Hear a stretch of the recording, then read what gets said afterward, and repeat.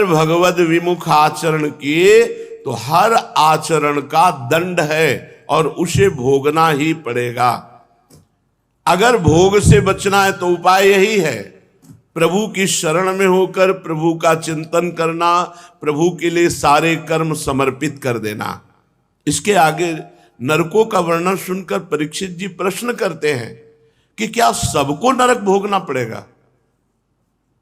तो उन्होंने कहा नहीं, जो प्रायश्चित कर लेता है, जो भगवान नाम जप करता है, जो भगवद आश्रित है, उससे यदि ऐसे अपराध हो भी गए हैं तो उसे नरक नहीं जाना पड़ेगा, उसको ये दंड भोगना नहीं पड़ेगा। वो भगवान की कृपा से इन सब अपराधों से मुक्त हो जाएगा। अहम त्वाम सर्व पापेभ्यो मोक्षयिष्यामि मा शुचा। पर यदि आप भजन नहीं करते तो फिर भोगना पड़ेगा। यस्त्वी वै स्तेन बालाद्वा हिरण्य रत्नादीनि ब्राह्मणस्य वापहरन्त्यन्यस्य वानापपि पुरुषस्तम मूत्र राजन यम पुरुषा अस्य मयिरग्निपिंडै संदसै त्वयि निष्कुशंति। जो यहाँ दीनहीन है, अपने को बड़ा समर्थ समझकर उनकी संपत्ति छीन लेते हैं, उनके खान पान की व्यवस्था छीन लेते हैं, तो उनके जो आंसू गिरते हैं, आंसू से जो रज की बूंदें गिरती हैं, ऐसे हजारों वर्षों तक उनको अग्निमय नरक में ढकेला जाता है, जहां ज्वाला जल रही, और बराबर उनको हजारों वर्ष तक जलना होता है। ये कभी किसी पदाभिमान में, देहाभिमान में, धनाभिमान में, जनाभिमान में भरकर किसी दीन दुखी को कष्ट नहीं देना चाहिए। दुखिया को न सताइए, दुखिया देगा रोए, क्योंकि उसके और कोई बल नहीं। और जब दुखिया के मुखिया सुने तब तेरी गति का होए।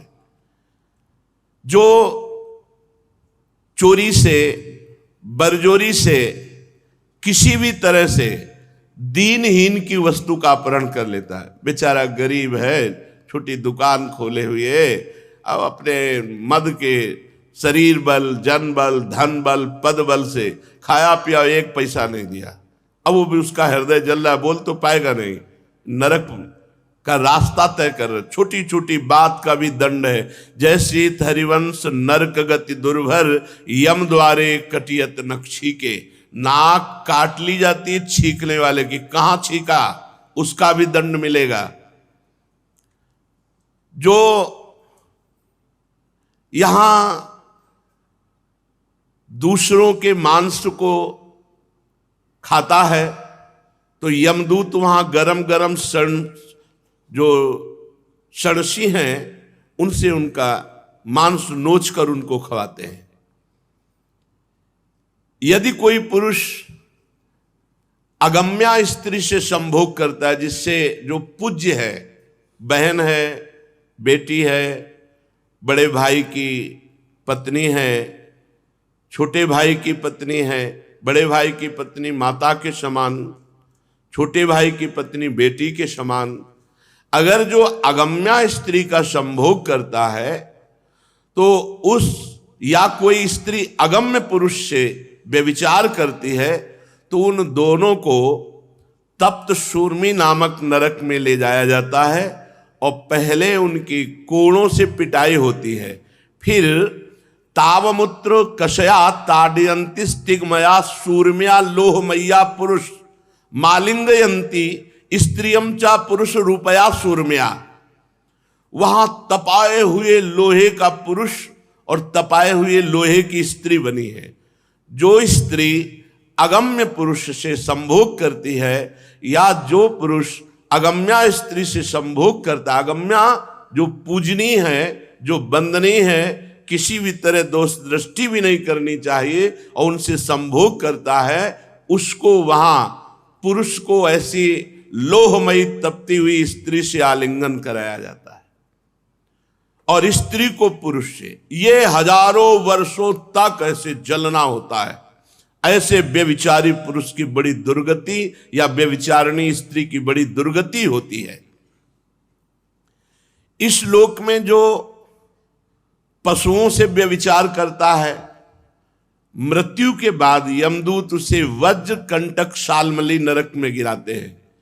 इसमें वज्र के समान बड़े बड़े सेमर के जैसे वृक्ष हैं कांटे वाले, उनमें ऐसे फेंक देते हो, पकड़ करके घसीटते हैं नीचे की ओर, वो फटता जाता है पर वहां मरना नहीं, बार बार ऐसा किया जाता है।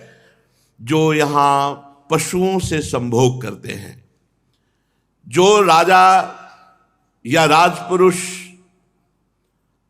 धर्म मर्यादा का उल्लंघन करके मनमानी आचरण करता है, पद पे है, मनमानी दुरुपयोग कर रहा है पद का, अधर्म आचरण कर रहा है, तो उसे मर्यादा अतिक्रमण करने के कारण, मनमानी आचरण करने के कारण, तो कह रहे हैं उनको मरने के बाद वैतरणी नदी में पटका जाता है। जो दूसरे का धन खींचते हैं, घूस लेते हैं, दीनहीन को सताते हैं, अपराधी को मुक्त करते हैं, निरापराधी को दंड देते हैं, मनमानी आचरण करते हैं, तो उसे वैतरणी नदी में डाला जाता है। वैतरणी नदी में मल मूत्र पीव रक्त केश नख हड्डी चर्बी मांस ये भरी हुई है, इसी से ये वैतरणी नदी इसी से भरी हुई है।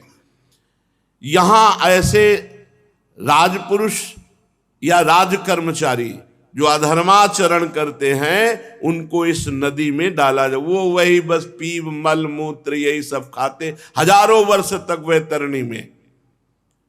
वहां मरना तो है नहीं, शरीर तो छूटता नहीं है, पाप का दंड भोगना पड़ता है, प्राण व्याकुल होते हैं उसी वैतरणी में जहां मल मूत्र पीव रक्त केश।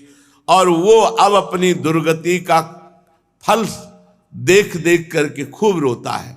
ऐसा नहीं कि आप वैतरणी में डाले गए तो आपको पता नहीं होगा क्यों डाले गए, आपके सामने कर्म होगा, हमने ये कर्म किया उसका दंड हमको ये मिल रहा है।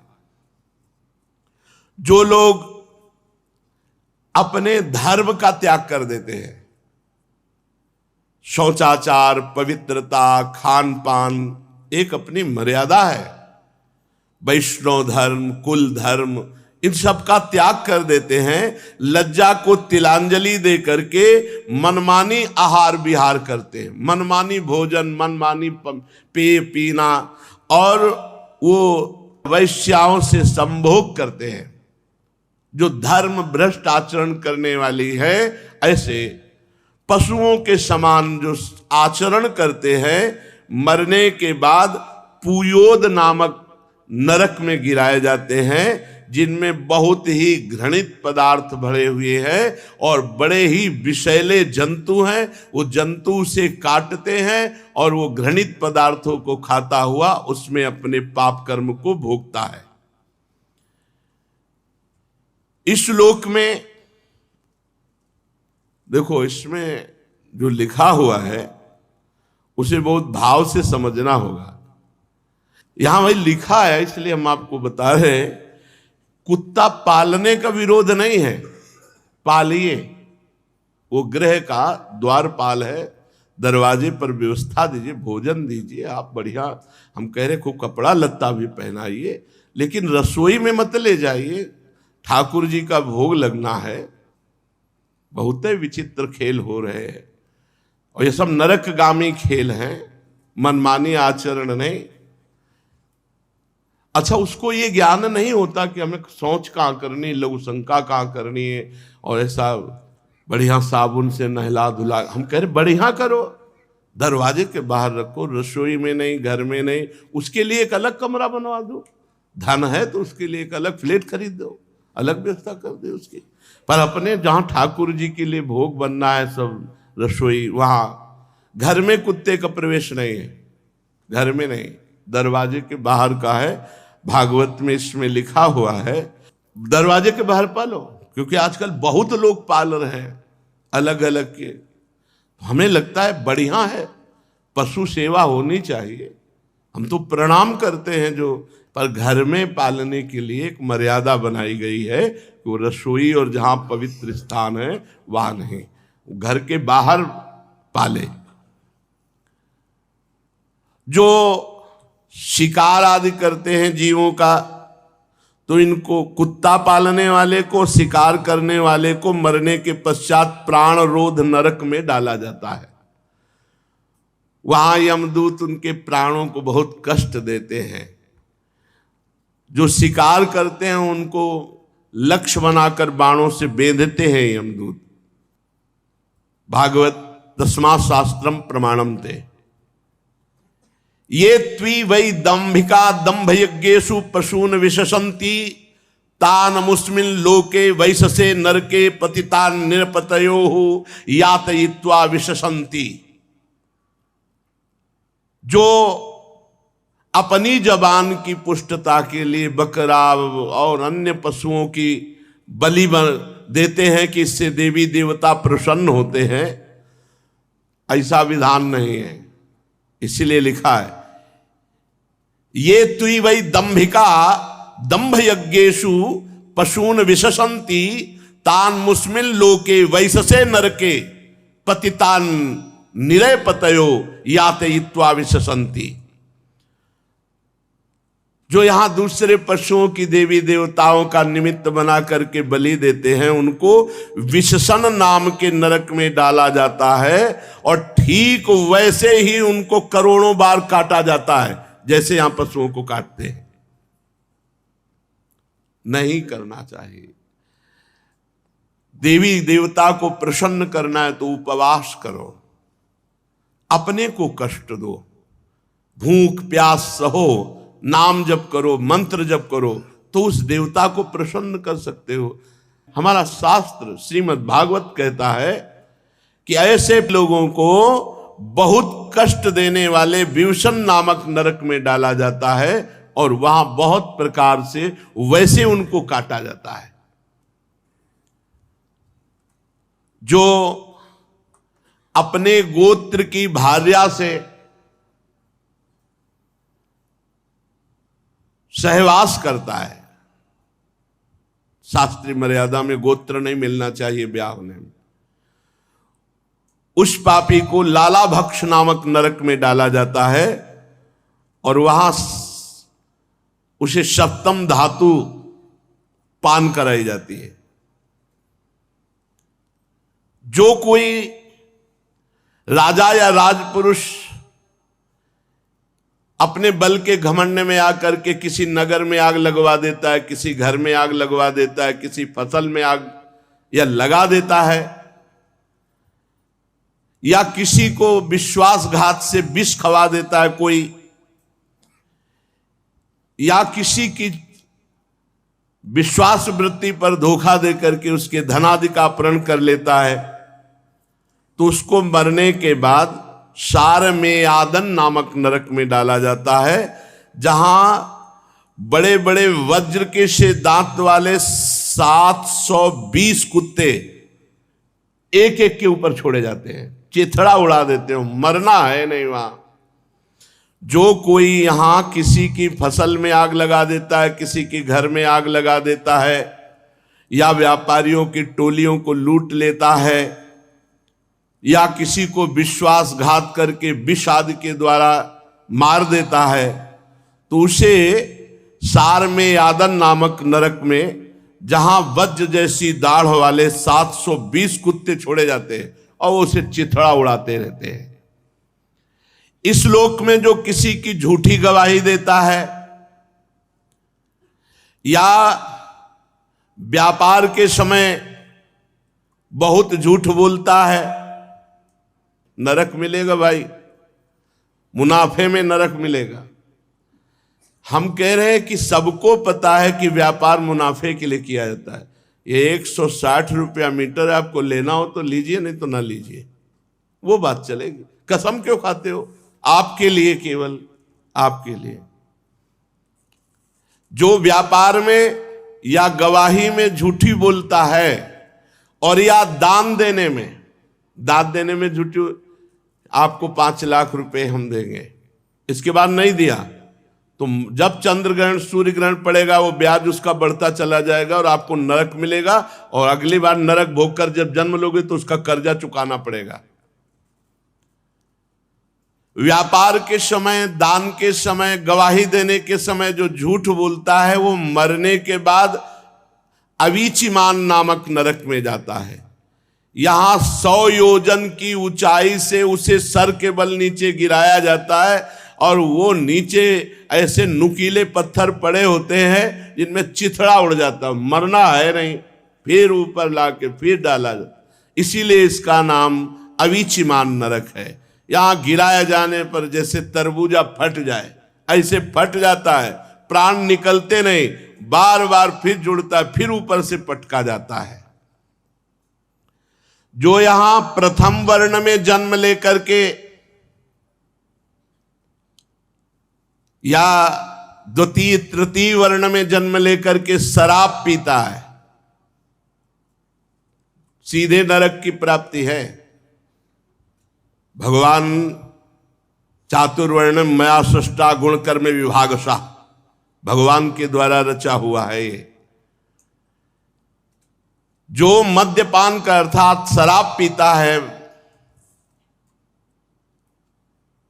उसे अयःपान नाम के नरक में गिराया जाता है।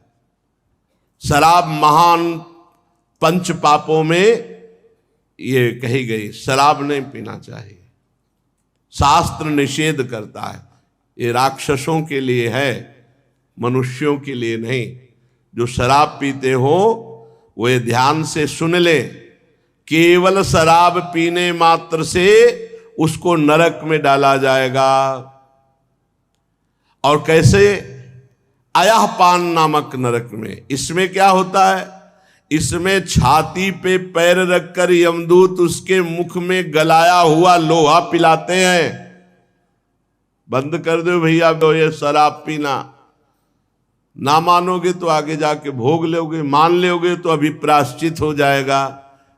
पराई स्त्री का संभोग करना, मदिरा पान करना, मांस खाना, जुआ खेलना और स्वर्ण की चोरी करना, ये पंच महापाप हैं। मदिरा पान इनमें है। जितने भाई मदिरा पीते हैं प्रार्थना है बंद कर दो, नहीं छाती में लात रख कर तुम्हारे मुंह में गला हुआ लोहा पिलाया जाएगा नरक में। और ये हो कि अरे यार कहाँ नरक स्वर्ग है, तो देख लो इसी जन्म में देखो, माँ के गर्भ में रहे तुम्हें याद नहीं है। ऐसे तुम यहाँ आके बताओगे तो नहीं कि नरक भोग के आए हैं, क्योंकि याद नहीं रहेगा, भोगना तो पड़ेगा ही। उसके मुंह में गलाया हुआ लोहा डाल डाल कर पिलाया जाता है जो शराब पीते हैं। जो पुरुष इस लोक में पाखंड करते हैं, तपस्या का, विद्या का, आचार का, वर्ण का, ये सब पाखंड नहीं। स्वधर्मो निधनो श्रेया परधर्मो भयावहा। अपने धर्म का दृढ़ता पूर्वक पालन करो, नाटक मत करो, पाखंड मत करो, दिखावा मत करो। अगर किसी आश्रम वर्ण तपस्या आदि का पाखंड करते हो तो आपको इस बात का दंड मिलेगा। यहां तो कोई नहीं जानता लेकिन भगवान जान रहे हैं। छार करदम नाम के नरक में गिराया जाता है। वहां बड़े बड़े पत्थरों से उसको कुचला जाता है, पाखंडी दंभी नाटकी को। दंभ नाटक पाखंड नहीं, धर्म से चलो। वहां बड़े बड़े पत्थरों से ऐसे चटनी जैसे बनाई जाती है, ऐसे कुचला जाता है जो पाखंडी पाखंड करता है, धोखे में फंसा करके अपने आप को भी नष्ट करता है, दूसरों को भी। जो इसमें इस लोक में राक्षसों की तरह कुछ भी खा सकता है, पशु पक्षी कुछ जो मन आवे सो, बहुत सावधानी, भोजन भी बहुत सावधानी। वो यमलोक में राक्षसों के द्वारा, जैसे राक्षस ऐसे यमदूत उनको यातनाएं देते, रक्षोगण भोजन नामक नरक में गिराया जाता है। रक्षोगण भोजन नामक, जो मनाया जैसे मनाया सब खा रहे पी रहे, बहुत होश से पवित्र भोजन। यो यहां पशुओं का गरम गरम खून पीते हैं तो वहां कुल्हाड़ी से उसका गर्दन काटकर यमदूत खून पीते हैं। जो यहां दूसरों का मांस खाते हैं तो वहां यमदूत मांस भक्षण करते हैं, उसका खूब नाचते हैं वहीं।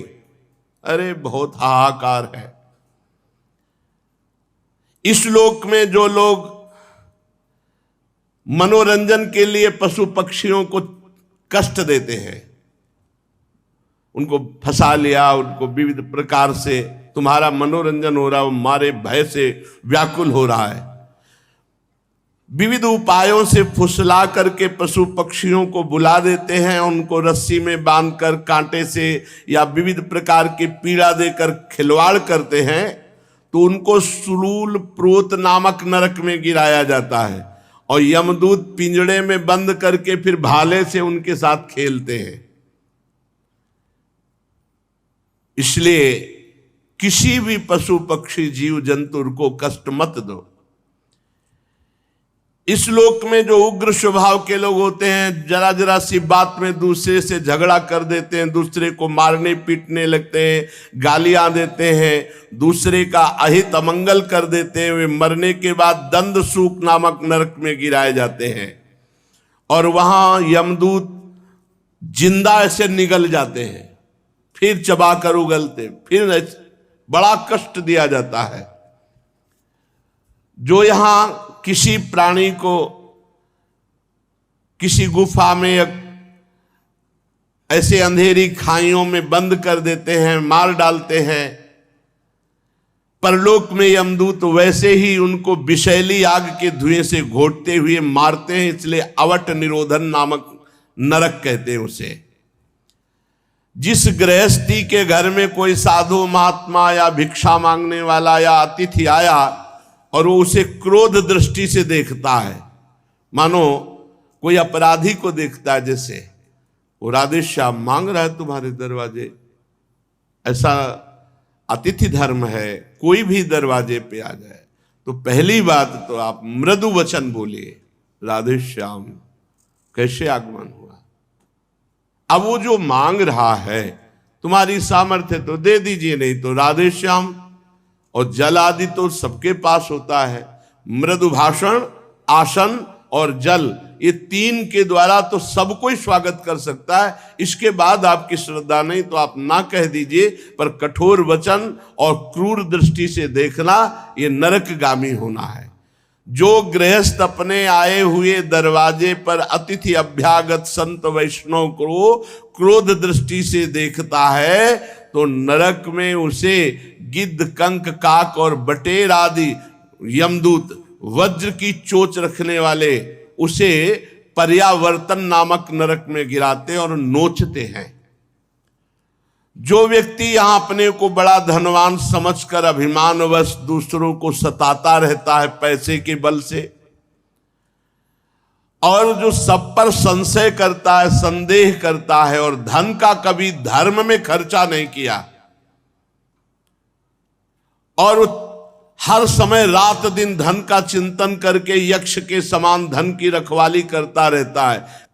बहुत धन में दोष है कि वो इतना आसक्त चित्त कर लेता है कि वो धर्म में खर्चा नहीं कर सकता, बढ़ाने की सोचता रहता और फिर मर जाता है और वो यहीं पड़ा रहता है।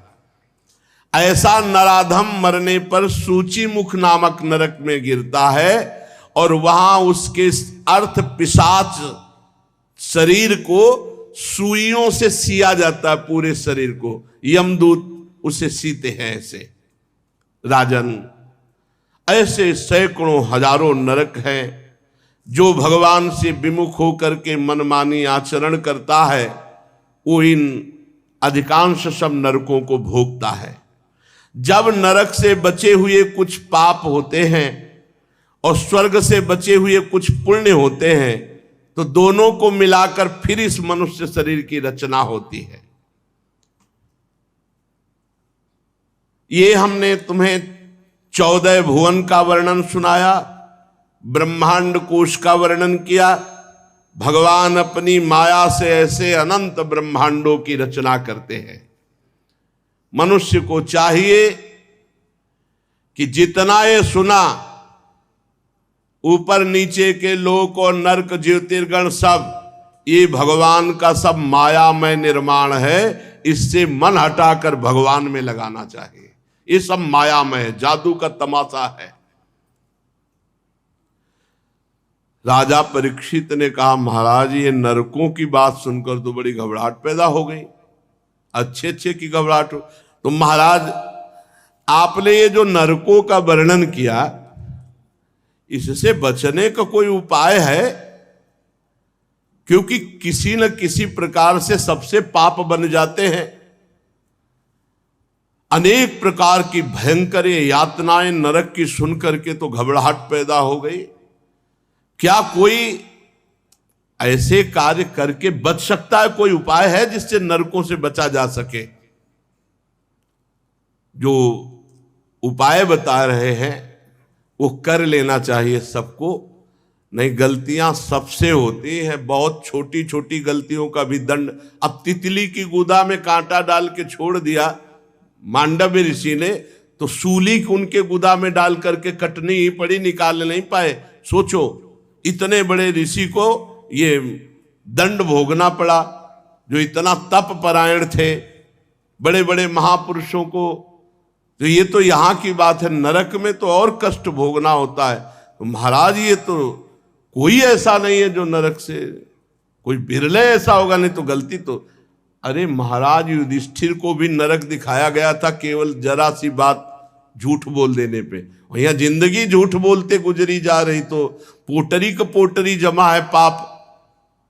देखो ना, झूठ बहुत है, सब झूठ बोलते हैं। अब आजकल तो भय नहीं रह गया झूठ बोलने का, मतलब झूठ बोलने का तो भय नहीं रह गया कि हम झूठ बोल रहे। ऐसा बस बात बना जाए, बात बनाना, झूठ बोलना चाहे हजारों बातें, 100% झूठ। भाइयों की 100 में कुछ मिलावट, पूरी झूठ। तो सबसे बड़ा नहीं, असत्य संपातक पुंजा, झूठ के बराबर कहते कोई पाप नहीं। अब ऐसे पापों से कैसे बचा जाए? क्या सबको दंड भोगना पड़ेगा? और कलिकाल में तो ऐसा सब है ही है। बहुत से ऐसे जीव हैं मनुष्य शरीर में जिनको ये ज्ञान ही नहीं है कि मतलब ये पाप हम कर रहे हैं, इनका दंड भोगना, मतवाले होकर चले ही जा रहे हैं। कुछ ऐसे हैं जिनकी बुद्धि काम करती है पर भोगाकर्षण पाप करा लेता है। कोई बिरला ऐसा हो जो बचे, नहीं तो जैसे कलयुग ने कहा था ब्रह्मा जी से कि सतयुग भैया कह रहे हैं हमारे राज्य में कोई नरक नहीं जाएगा, और त्रेता भैया कह रहे हैं कि हम बड़े भाई सतयुग का ही अनुसरण करेंगे, द्वापर कह रहे हैं कुछ कुछ आज्ञा का पालन करेंगे। तो कलयुग ने कहा पिताजी हम वचन देते हैं हमारे राज्य में बिरले कोई परम पद या स्वर्ग जाएगा, नहीं सीधे सबको नरक भेजेंगे। मनमानी आचरण करने का मतलब है नरकगामी होना, शास्त्र सम्मत आचरण। तो महाराज आप कृपा करके उपदेश करो कि नरक ना जाना पड़े, नरक से बचा जाए, बड़ा भयंकर है नरक। श्री सुखदेव जी ने कहा, ध्यान से सुनना, मनुष्य मन वाणी और शरीर से जो पाप कर्म करता है उसे अवश्य भोगना पड़ता है। यदि वो उन पापों का प्रायश्चित कर ले मरने के पहले, तो उसे उन भयंकर यातनापूर्ण नरकों में नहीं जाना पड़ेगा जो मैंने तुम्हें अभी वर्णन सुनाया। प्रायश्चित कर ले अपने हर पाप का। बड़ी सावधानी से सजगता के साथ मृत्यु के पहले ही पहले शीघ्र से शीघ्र पापों की गुरुता और लघुता का विचार करके उनका प्रायश्चित कर डालना चाहिए। जैसे मर्मज्ञ चिकित्सक रोगों का कारण और उनकी लघुता गुरुता जानकर दवा के द्वारा रोगों को नष्ट कर देता है या ऑपरेशन के द्वारा, ऐसे ही प्रायश्चित के द्वारा पापों का नाश कर लेना चाहिए। राजा परीक्षित जी ने पूछा, भगवान मनुष्य राजदंड, समाजदंड और लौकिक शास्त्रोक्त नरक गमन आदि परलौकिक कष्टों से ये जान करके कि ये पाप है उसको दंड मिलेगा, पाप वासनाओं से विवश होकर बार बार पाप करता है, ऐसी अवस्था में उसके पापों का प्रायश्चित कैसे हो सकता है? एक बार पाप किया वो प्रायश्चित कर ले, ठीक, फिर पाप, फिर पाप, फिर पाप, तो प्रायश्चित कैसे हो सकता है? कैसे संभव हो सकता है कि वो नरक न जाए? क्योंकि प्रायश्चित करके पाप से छुटकारा मिलेगा, फिर पाप करेगा। ऐसी स्थिति में मैं समझता हूं कि जैसे हाथी स्नान कर पुनः धूल डाल लेता है, तो स्नान का मतलब क्या रहा? तो उस प्रायश्चित का मतलब क्या रहा? अगर पुनः मनुष्य पाप करता है तो उसका प्रायश्चित व्यर्थ हो जाता है। बहुत सुंदर विषय है, बहुत सुंदर है। श्री सुखदेव जी कहते हैं, कर्म के द्वारा ही कर्म का निर्बीज नाश नहीं हो सकता। कर्म के द्वारा पाप कर्मों का नाश नहीं हो सकता। अब ये भूल छोड़ दे कोई, वो तुम्हारा कर्म तुम्हें भोगना पड़ेगा। उसका प्रायश्चित है एकमात्र भगवान का भजन। आगे वर्णन करेंगे। कर्म के द्वारा नाश नहीं हो सकता, ये श्री सुखदेव जी महाराज कह रहे हैं कि आपने पाप कर्म कर लिया, आप कोई और कर्म करें तो उससे वो पाप कर्म नष्ट हो जाएगा। कर्म में इतनी सामर्थ्य नहीं कि वो निर्बीज कर सके तुम्हारे पाप कर्म को। जो अज्ञान से युक्त होकर पाप कर्म करते रहते हैं, उनकी वासनाएं बनी रहती हैं और वासनाएं नए पाप कराती रहती है, इसलिए वो निष्पाप कभी नहीं हो सकते। अगर सच्चा प्रायश्चित है तो है भगवत प्राप्ति, तत्व ज्ञान। अगर उससे तत्व ज्ञान हो गया है तो जीवन मुक्त, भगवत प्राप्ति हो गई तो जीवन मुक्त। बिना भजन के, भगवत प्राप्ति के बचने का उपाय नहीं है। नाम जप करो, खूब नाम जप। आगे सुनेंगे आप। जैसे कोई पुरुष सही दवा और सुपथ्य का सेवन करे तो रोग रहित हो जाता है, ऐसे सही अनुष्ठान और अपनी पवित्र दिनचर्या तो निष्पाप हो जाएगा। जो पुरुष नियमों का पालन करता है और भगवान का भजन करता है तो धीरे धीरे उसकी पाप वासनाएं, जैसे कई लोग कहते हैं भजन करने पर मन जलता है, तो मनई से तो पाप हुए, मनई प्रेरणा करी, मनई संकल्प बनाए, मनई में वासना है, तो भजन मन को जलाकर निर्वासनिक करता है। जो नियम पूर्वक भजन करता है, संयम पूर्वक आचरण करता है, वो धीरे धीरे उसके पाप भस्म होते हैं और वो कल्याणप्रद भगवत प्राप्ति या तत्व ज्ञान में समर्थ हो जाता है।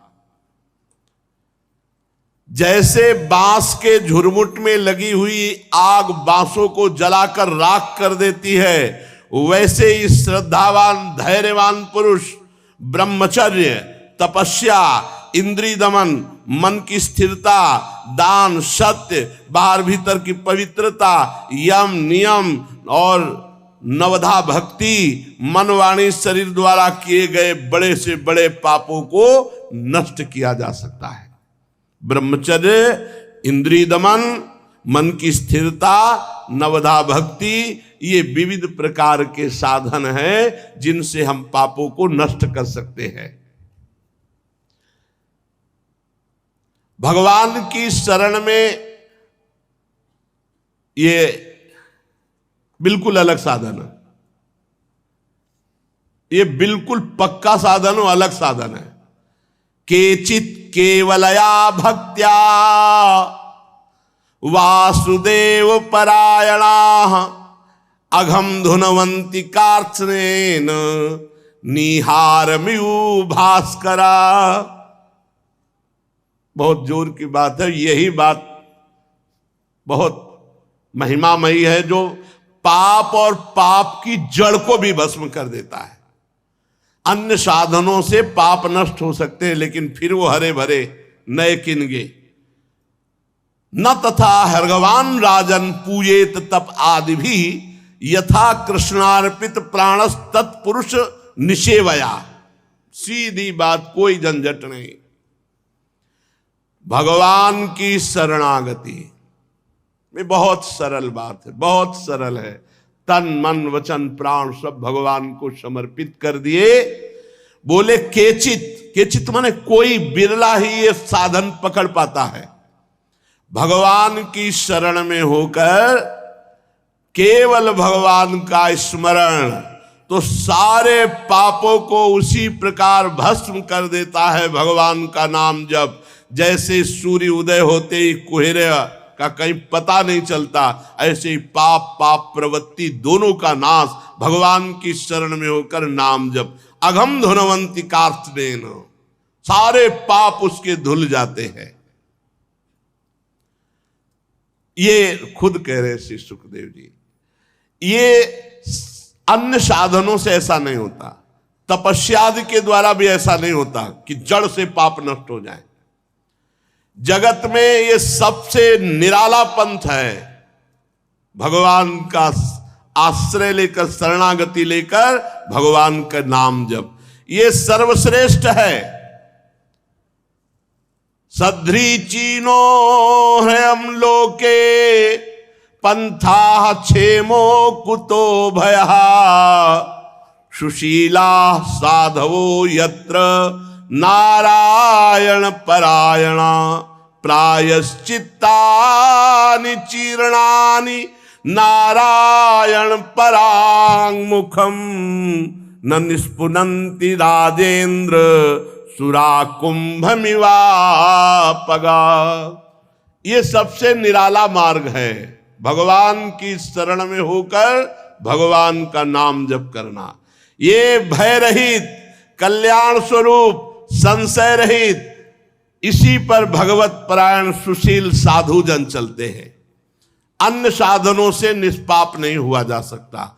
जैसे उदाहरण दे रहे हैं, जैसे सुरा कुंभ मिवापगाहा, शराब भरे हुए घड़े को आप चाहे जितनी बार धोएं, वो शराब के घड़े से कभी शंकर जी में जल नहीं चढ़ाया जा सकता, वो अपवित्र हो जाता है। ऐसे ही अन्य साधनों से चाहे जितना आप पाप को नष्ट करने की कोशिश करें, नष्ट नहीं होगा। लेकिन भगवान की शरण में हो गए, वह हो गया। भगवान की शरण में हो गए, तन मन प्राण समर्पित कर दिए, अब परम पवित्र हो गए। कोई भी पाप का दंड उसे नहीं भोगना पड़ेगा। जिन्होंने अपने भगवद गुणानुरागी मन मधुकर को भगवान श्री कृष्ण चंद्र के चरणारविंद मकरंद का एक बार पान करा दिया, ओहो, सकृन मनः कृष्ण पदारविंदयोर निवेशितम तद्गुणरागियैरिहि नाते यमं पास भृतश्च तद्भटान स्वप्ने पश्यन्ति चीर्ण निष्कृता। एक बार जिसने भगवान श्री कृष्ण का आश्रय ले लिया, एक बार भगवान श्री कृष्ण का स्मरण किया, सारे प्रायश्चित हो गए। स्वप्न में भी यमराज के दूत नहीं दिखाई देंगे, नरक जाने की तो बात ही क्या रही, स्वप्न में भी। परीक्षित, इस विषय में महात्मा लोग एक प्राचीन इतिहास कहा करते हैं। उसमें भगवान श्री हरि और यमराज के दूतों का संवाद है, तुम ध्यान से उसे सुनो। कान्यकुब्ज नगर कन्नौज में एक ब्राह्मण रहता था, उसका नाम था अजामिल। वो वैश्या के प्रसंग को देख करके बड़ा आसक्त चित्त होकर वैश्यागामी और पूरा का पूरा दूषित सदाचार नष्ट हो चुका था। वो इतना नीच हो गया था कि रात दिन वैश्या का सहवास करता, उसी के पास रहता, उसको रिझाने के लिए बटोहियों को लूटता, उनकी हिंसा कर देता, जुआ खेलता, धोखाधड़ी से धन ला करके वैश्या को संतुष्ट करता। निंदनीय वृत्ति का आश्रय लेकर वो अपने कुटुंब का भरण पोषण करता और बहुत से प्राणियों की हिंसा कर चुका था। बहुत से प्राणियों को लूट चुका था, वो बहुत से प्राणियों का पाप कर्म एकत्रित कर चुका था।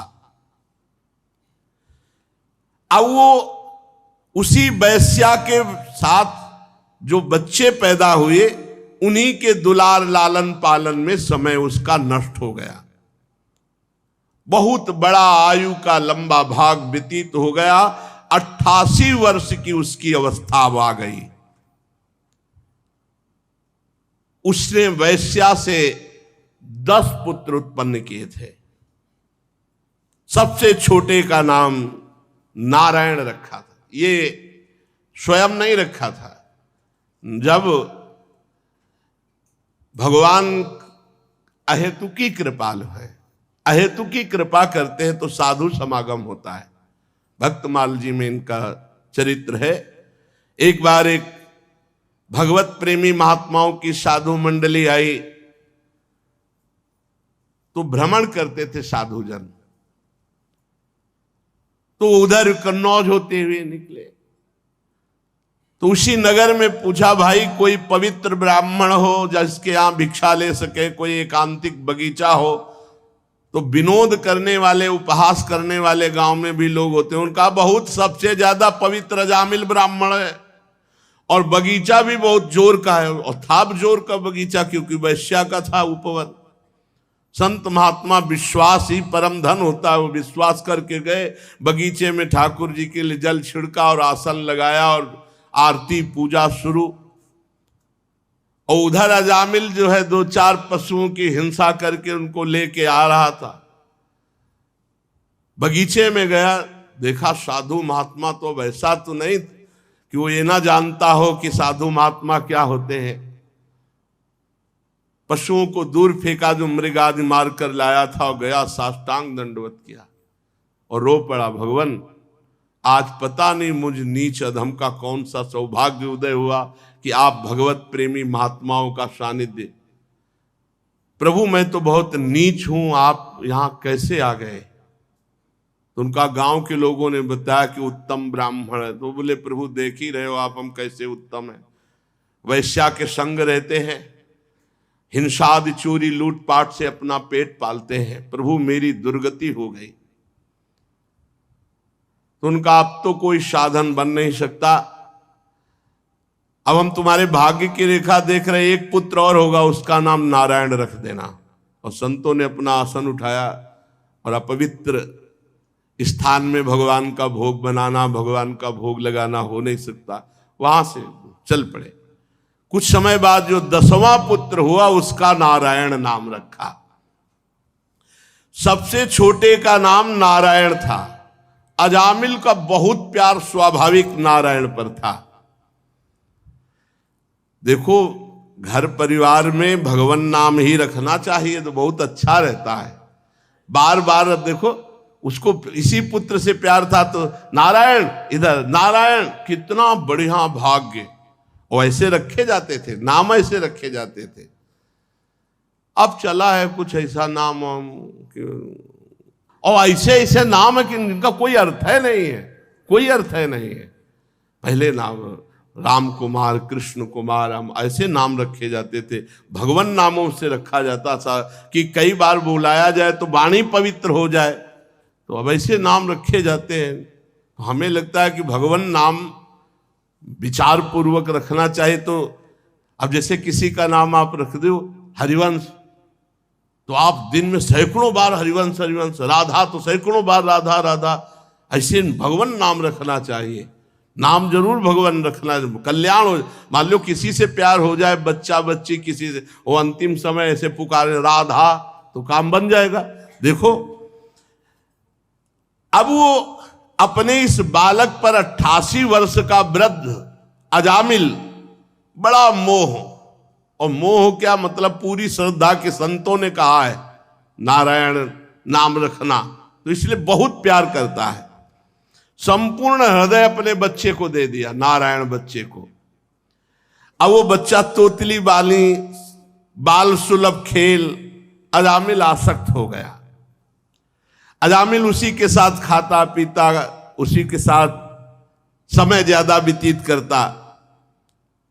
अब जिसको पता नहीं होता, असावधान व्यक्ति के ऊपर मृत्यु का प्रहार होता है, मृत्यु सिर पर आ पहुंची। मूर्ख और बूढ़ा अजामिल, मृत्यु का समय जब आया तो थोड़ी दूर पर बालक खेल रहा था, बोलने की हिम्मत थी तो एक आवाज बोली, नारायण। अपने बच्चे को बुलाया। ये तो कहो संत कृपा से नारायण नाम रखा, हाँ बढ़िया नाम रखना चाहिए। अब तो कुछ पता ही नहीं चलता कि नाम क्या, कौन कौन से नाम। पहले तो विचार पूर्वक नाम रखे जाते थे, ऋषि मुनियों से विचार करवाया जाता फिर नाम रखा जाता था। अजामिल ने देखा भयंकर यमदूत, हाथ में फांसी और टेढ़े टेढ़े भयंकर मुंह, दांत और रोए।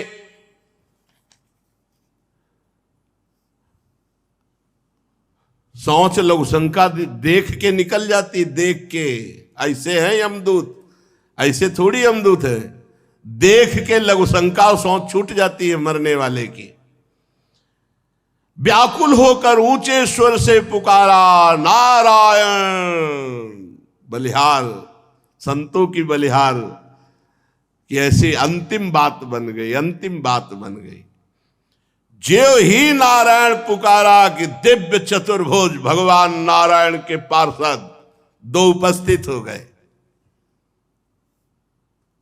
झटपट आकर यमदूतों की फांसी काटी।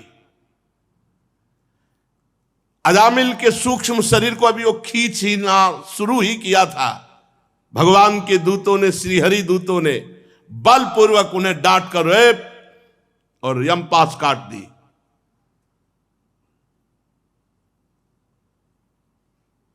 यमदूतों ने कहा, भगवान यमराज के इस धर्म विधान का निषेध करने वाले तुम कौन हो सकते हो? भगवान धर्मराज की आज्ञा का उल्लंघन कर दे त्रिभुवन में ऐसा कोई नहीं। कौन हो आप? किसके दूत हो? कहां से आए हो? तुम क्यों रोक रहे हो इस महापापी को नरक ले जाने से? देखने में तो तुम देवता जैसे सिद्ध श्रेष्ठ दिखाई दे रहे हो। हम देख रहे हैं कि तुम्हारे कमल के समान नेत्र हैं, तुम पीले पीले रेशमी वस्त्र धारण किए, सिर पर मुकुट, कानों में कुंडल, गले में कमल हार, सबकी नवीन अवस्था, चार चार भुजाएं, सभी के कर कमलों में धनुष, तरकस, तलवार, गदा, शंख, चक्र, कमल आदि सुशोभित। तुम लोगों की अंग कांति से दिशाओं का अंधकार दूर हो रहा है। हम धर्मराज के सेवक हैं, हमें तुम लोग क्यों रोक रहे हो? यमदूतों ने जब इस प्रकार कहा तो भगवान श्री हरि के आज्ञाकारी पार्षदों ने हंसकर मेघ के समान गंभीर वाणी में उनसे कहा, यमदूतों, यदि तुम सचमुच धर्मराज के आज्ञाकारी हो तो बताओ धर्म का लक्षण क्या है? तुम यदि धर्मराज के दूत हो तो धर्म का लक्षण क्या है? धर्म का तत्व क्या है? दंड किस प्रकार दिया जाता है? दंड का पात्र कौन है? मनुष्यों में सभी पापाचारी दंडनीय है या उनमें से कुछ? यमदूतों ने कहा, आपने पूछा धर्म का लक्षण क्या है, तो वेद जिन कर्मों का विधान करते हैं उन्हें धर्म कहते हैं, और वेद जिसे रोकते निषेध करते हैं उसे अधर्म कहते हैं। और वेद स्वयं भगवान का स्वरूप है। भगवान की श्वास प्रश्वास से वेदों का प्रादुर्भाव हुआ है।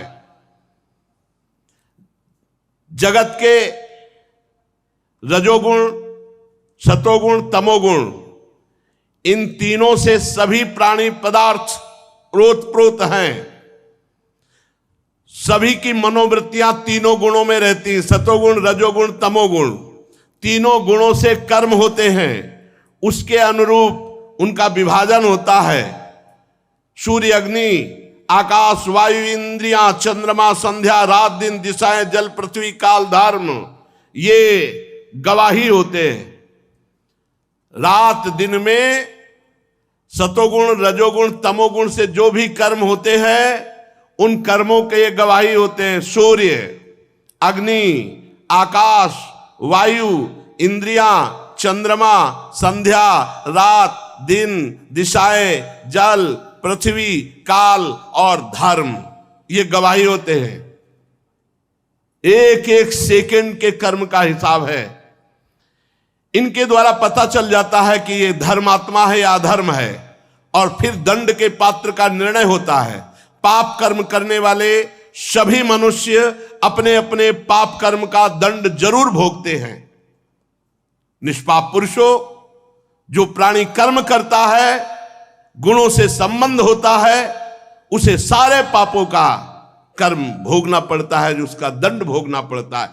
कोई भी देहवान ऐसा नहीं जो पाप ना करे या पुण्य ना करे, और जो पाप पुण्य करेगा उसे भोगना पड़ेगा, अवश्य में भोक्तव्यम। इस श्लोक में जो मनुष्य जिस प्रकार का जितना अधर्म या धर्म करता है, परलोक में उसका उतना वैसा ही फल भोगना पड़ता है। हे देव शिरोमणियों, सतोगुण, रजोगुण और तमोगुण, तीनों गुणों के भेद के कारण इस लोक में तीन प्रकार के प्राणी देखे जाते हैं: पुण्यात्मा, पापात्मा और पुण्य पाप दोनों से युक्त। उसका परिणाम होता है पुण्यात्मा सुखी, पापात्मा दुखी, और पुण्य पाप मिश्रित सुख और दुख दोनों से युक्त होता है। वर्तमान समय में किए गया आचरण भविष्य का परिणाम दिखा देता है। वर्तमान में किया गया आचरण क्या भविष्य में इसकी दुर्गति होगी कि सदगति होगी। वर्तमान में जन्म जो हुआ, पाप और पुण्य जैसे भी किए गए, तो भविष्य में उसको दंड भोगना ही पड़ता है। हम स्वामी अजन्मा भगवान सर्वज्ञ यमराज के दूत हैं। हमारे स्वामी सबके अंतःकरणों में विराजमान है, किसी को कुछ बताने की जरूरत नहीं है। जो मन से सबको देख लेते हैं और उसी के अनुसार वो दंड देते हैं, इसमें किसी को बताने की जरूरत नहीं। यमराज स्वयं सबके हृदय में विराजमान है। जैसे सोया हुआ ज्ञानी पुरुष स्वप्न के समय प्रतीत हो रहे कल्पित शरीर को अपना वास्तविक शरीर मानता है, सोए हुए अथवा जागने वाले शरीर को भूल जाता है, वैसे ही जीव पूर्व जन्मों की याद भुलाकर इस शरीर में वर्तमान में जो भी कर्म करता है उसको दंड भोगना पड़ता है। सिद्ध पुरुषों, जीव शरीर से 5 कर्मेंद्रियों से लेना देना, चलना फिरना आदि काम करता है, और 5 ज्ञानेंद्रियों से रूप रसादि 5 विषयों का भोग करता है। 16वें मन के साथ 17वां स्वयं मिलकर अकेले ही मन, ज्ञानेंद्री और कर्मेंद्री, इन तीनों से विषयों को भोगता है और उसे दंड भोगना पड़ता है। जीव का 16 कला और 3 गुणों वाला ये सूक्ष्म शरीर बार बार जन्म, बार बार मरण यही भोगता है। बार बार हर्ष, बार बार शोक, भय, पीड़ा, जन्म, मृत्यु ये भोगना पड़ता है। कामवश पाप करता है, काम से प्रेरित होकर, क्रोधवश पाप करता है, लोभवश पाप करता है, मोहवश पाप करता है, अहंकारवश पाप करता है, ईर्ष्यावश, इनके द्वारा पाप कर्म होता है और उसे भोगना पड़ता है। जैसे रेशम का कीड़ा अपने ही जाल में फंस करके मारा जाता है, वो अगर रेशम का जाल ना निकाले तो ना मारा जाए, ऐसे ही कर्म के जाल में फंस करके ये मनुष्य मरता है, ये मोह का शिकार बनता है। कोई शरीरधारी जीव एक क्षण भी कर्म किए बिना नहीं रह सकता। प्रत्येक प्राणी से स्वाभाविक माया विवश करके कर्म कराती है। जीव को पूर्व जन्मों के पाप पुण्य संस्कारों के अनुसार ये शरीर प्राप्त होता है, स्थूल शरीर, सूक्ष्म शरीर। उसी के अनुसार उसकी वासनाएं होती हैं, उसी के अनुसार उसकी क्रियाएं होती हैं, और उसी के अनुसार उसको भोगना होता है। देव शिरोमणियों, आप जानते हो अजामिल बड़ा पापी है वर्तमान में। पहले ये शास्त्रज्ञ था, शील सदाचार सद्गुण संपन्न था, ये ब्रह्मचर्य का पालन कर रहा था, इंद्रियों को शासन में ले रहा था, पवित्र था। इसने गुरु अग्नि अतिथि वृद्ध पुरुषों की उपासना की थी, समस्त प्राणियों का उपकार चाहता था। पर एक दिन ये अपने ब्राह्मण पिता के आदेशानुसार वन में गया और वहां से फल फूल समिधा कुश लेकर लौट रहा था। लौटते समय देखा कि एक भ्रष्ट वैश्या किसी कामी पुरुष से निर्लज्जता पूर्वक विहार कर रहा है। वैश्या ने भी शराब पी रखी थी, वो भी मतवाली हो रही थी। पुरुष के साथ ऐसे देख करके अजामिल का मन चंचल हो गया। अब ये लाख उपाय किया अपने मन को संभालने का, लेकिन ये काम के वशीभूत हो गया। यद्यपि बहुत धैर्य और ज्ञान का प्रयोग किया, पर काम वेग से विचलित होकर मन को ना रोककर ये पूरी शक्ति से वैश्या को रिझाने में लग गया।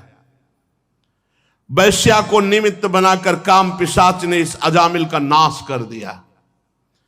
अब ये शास्त्र संबंधी सारी पवित्रता और चेष्टा मर्यादा छोड़कर वैश्या को रिझाने में लग गया। वैश्या के साथ सहवास और अपने घर की सारी संपत्ति वैश्या को दे दी। ये धर्म भ्रष्ट हो गया और वैश्या के ही पास रहने लगा। अब सुंदर सुंदर वस्त्र आभूषण आदि से वैश्या को प्रसन्न करना, धीरे धीरे धीरे धीरे चोरी, हिंसा, जुआ, शराब सब आ गए दोष। स्वच्छंद चारणी कुलटा वैश्या के अधीन होकर के इसने साफ शास्त्र विरुद्ध आचरण किए। इस पापी ने शास्त्राज्ञा का उल्लंघन किया, स्वच्छंद पापाचरण किया, ये शास्त्र निंदित कार्य किए। ये वैश्या के मल समान शरीर और अन्न से पला, इसलिए अब हम इसे ले जाएंगे और नरक में यंत्रणा देकर इसको पवित्र करेंगे। हम इस पापी को दंड पाने भगवान यमराज के पास ले जाएंगे, वहां जाकर ये दंड भोगेगा, तब पवित्र होगा। ये सुनकर भगवान के पार्षदों ने हंस दिया और कहा, यमदूतों, बड़े आश्चर्य की बात है कि तुम धर्मराज के दूत हो और पूर्ण धर्म का तुम्हें ज्ञान नहीं। तुम एक निरपराध को दंड दे रहे हो। भला निरपराध को दंड कैसे दिया जा सकता है? जिस समय इसने अपने अंतिम समय अपने पुत्र के बहाने बुलाया नारायण, उसी समय इसके सारे पाप नष्ट हो गए। ये बात समझ लो, कोई भी तपस्या इतनी पवित्र नहीं कि सारे पाप नष्ट कर सके।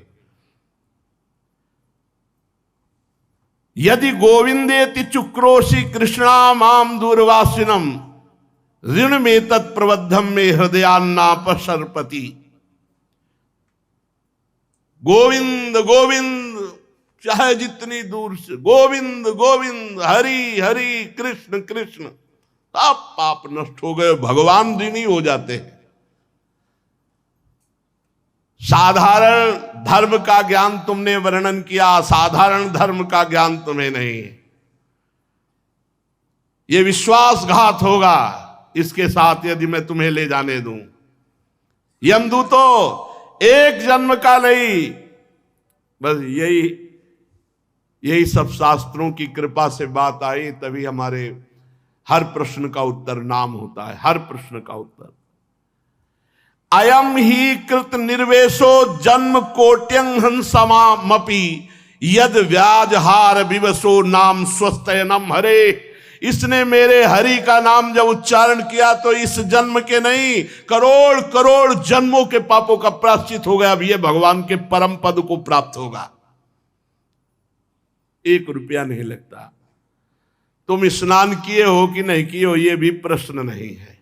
अपवित्र पवित्रो वा सर्वावस्थांगतो विवाह यह स्मरेत पुंडरीकाक्षम सवायाभ्यंतरा शुचि। हरि हरि, कृष्ण कृष्ण, राधा राधा राधा, हो गया, सब पापों का प्रायश्चित हो गया। अयम ही कृत निर्वेशो जन्म कोट्यंग सामपि, करोड़ों जन्मों के पापों का इसने प्रायश्चित कर लिया जिस समय इसने हमारे स्वामी नारायण का नाम पुकारा। एते नैव हृगोनोष्य कृतम स्याद घनिष्कृतम यदा नारायणायेति जगाद चतुरक्षरम। जिस समय 4 अक्षर पुकारा नारायण, उसी समय ये पूर्ण निष्पाप हो गया, पूर्ण निष्पाप हो गया, समस्त पापों का प्रायश्चित कर लिया।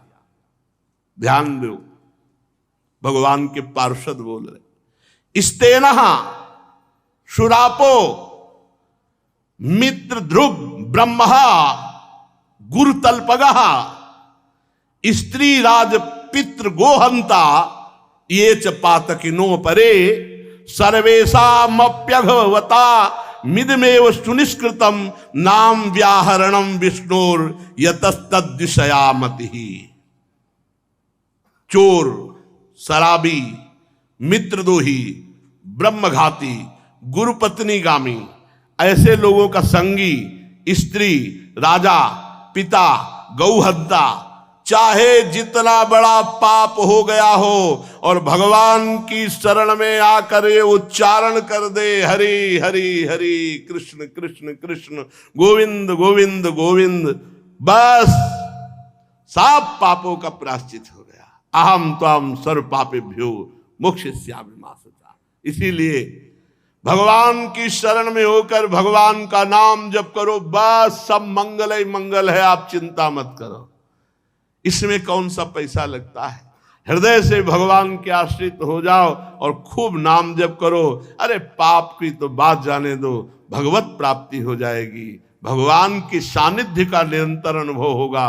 खूब नाम जप करो, भगवत आश्रित रहो। शेष चर्चा आगे। श्री राधा वल्लभ लाल की।